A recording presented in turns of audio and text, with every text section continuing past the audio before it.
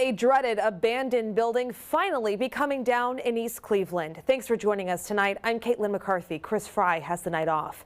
The city taking emergency measures to fast track its demolition. Stephen Hernandez picks up the story from here. What I see is remnant. It's just a remnant. Anyone in East Cleveland can tell you the abandoned Huron Place apartment building needs to go.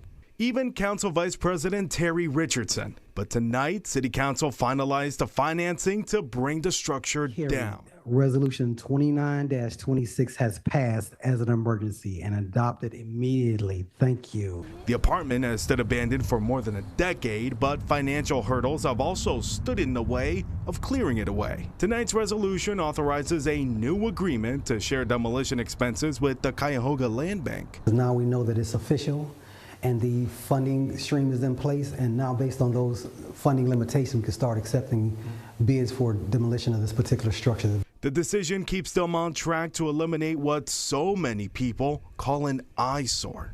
It doesn't take long to realize this apartment complex has seen better days. Debris on the ground, graffiti on almost every wall, and some neighbors even tell me that those without a home try to seek shelter inside. It's heartbreaking to see it just sit there and collect garbage, homeless people. It's just become an eyesore. Council still has to approve the company that will take on the demolition job, but for them, the end is in sight. Hopefully the demolition will begin before the end of this year. Council says they don't have a final price tag for the project for now. And 19 News also reached out to Mayor Sandra Morgan for her thoughts on the resolution, but have yet to receive a response. But their message tonight is clear.